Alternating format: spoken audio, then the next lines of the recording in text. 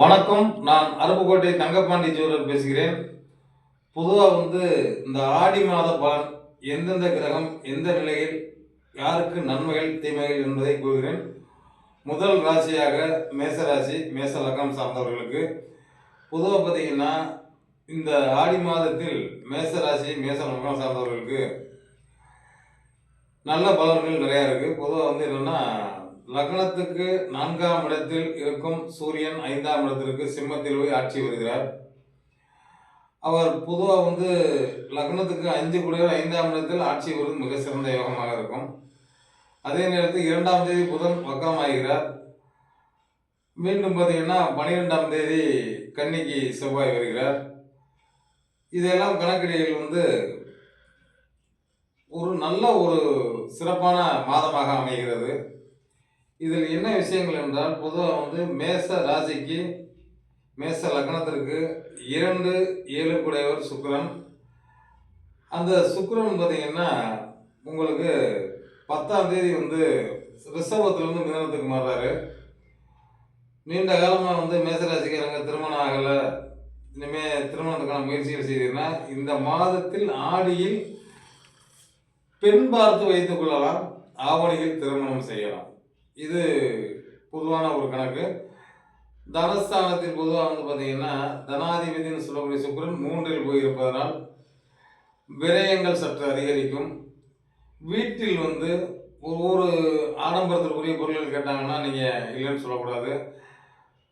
கடன் வாங்க சொல்லுவாங்க. அந்த கடன் கூட சுமையாக தான் வரும். அந்த சுமை இல்லாமல் இருப்பதற்கு நிதானிச்சு, அதாவது 10 ரூபா வரக்கூடிய பொருளை ஒரு 5 ரூபாய்க்கு வாங்கி கொடுத்தீங்கன்னா அவங்க நிம்மதியாக இருப்பாங்க. அதே நேரத்தில் பார்த்தீங்கன்னா பூர்வ புண்ணியம் அப்படின்னு சொல்லக்கூடிய 5ஆம் இடத்தில் ஆட்சி வருவதால் குலதெய்வ அருளை முடிந்தாலும் இந்த மாதத்தில் நீங்கள் கூட்டி வரலாம்.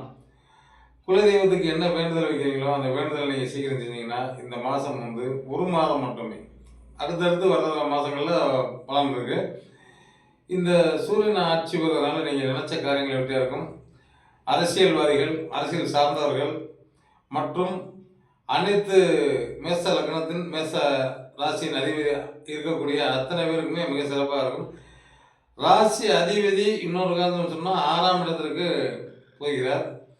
அந்த 6ஆம் இடத்துக்கு போகும்போது என்னென்னா அங்கிட்டு கொஞ்சம் நம்ம அந்த 12ஆம் தேதி மாறும்போது வராத வம்பு வழக்குகள் தொல்லைகள் எல்லாம் வந்து தீரும்னு சொல்லியிருக்காங்க. வம்புகள் வழக்குகள் வரும், வந்து தீரும். அதே நேரத்தில் முழுமையான முறைகள் பார்த்தீங்கன்னா எந்த ஒரு பிரச்சனையும் உங்களுக்கு வர்றதுக்கான வாய்ப்புகள் கிடையாது. ஏன்னா செவ்வாய் உங்களுக்கு ஒரு வலுவான இடத்தில் 6ஆம் இடத்தில் இருந்தாலும் அவருடைய நிலை உங்களுக்கு மிக சிறப்பாக இருக்கும் என்பது உண்மை. 2வது காரணம் என்னன்னா செவ்வாய் 6ஆம் இடத்தில் இருந்து 7ஆம் பார்வை 8ஆம் பார்வை லக்னத்தையும் பார்க்கிறார்.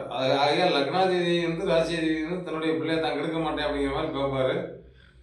விரயஸ்தானத்தையும் பார்க்குறாரு. அப்போ விரயஸ்தானத்தை பார்க்குற என்னென்னா கண்ட்ரோலாக இது பண்ணணும். அதுபோக அரசியல் சார்ந்தவர்களுக்கு சொல்லியிருக்கேன், ஆன்மீகம் சார்ந்தவர்கள், இந்த போலீஸ் வேலை கிடைக்கல, மிலிட்ரிக்கு வேலை கிடைக்கலன்னு இளைஞர்களுக்கு ஒரு உற்சாகத்தை தூண்டுவார் செவ்வாய். கண்டிப்பாக தடைவிட்ட காரியங்கள் தடை இல்லாமல் நடக்கும். அதே நேரத்தில் தாய் சொல்வதை தட்டாதுன்றிருக்காங்க. தாய் என்ன சொல்கிறாங்களோ அந்த வார்த்தைகள் நீங்கள் கேட்டு செயல்பட்டீங்கன்னா வாழ்க்கையில் முழு முன்னேற்றம்.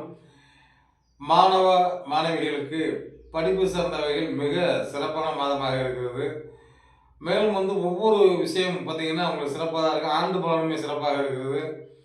ஏன்னா ராகு குரு 5ஆம் பார்வை பார்ப்பதால் பொதுவாக மிக சிறந்த ஒரு அந்தஸ்து இருக்கிறது. வாழ்க்கையில் நிச்சயம் வெற்றி பெறுவதற்கு நீங்கள் குலதெய்வ அருளை வணங்கி வாருங்கள். நல்லது நடக்கும், நாளும் நல்லது நடக்கும் என்று நல்ல கருத்தை கூறி விடைபெறுகிறேன். நன்றி, வணக்கம்.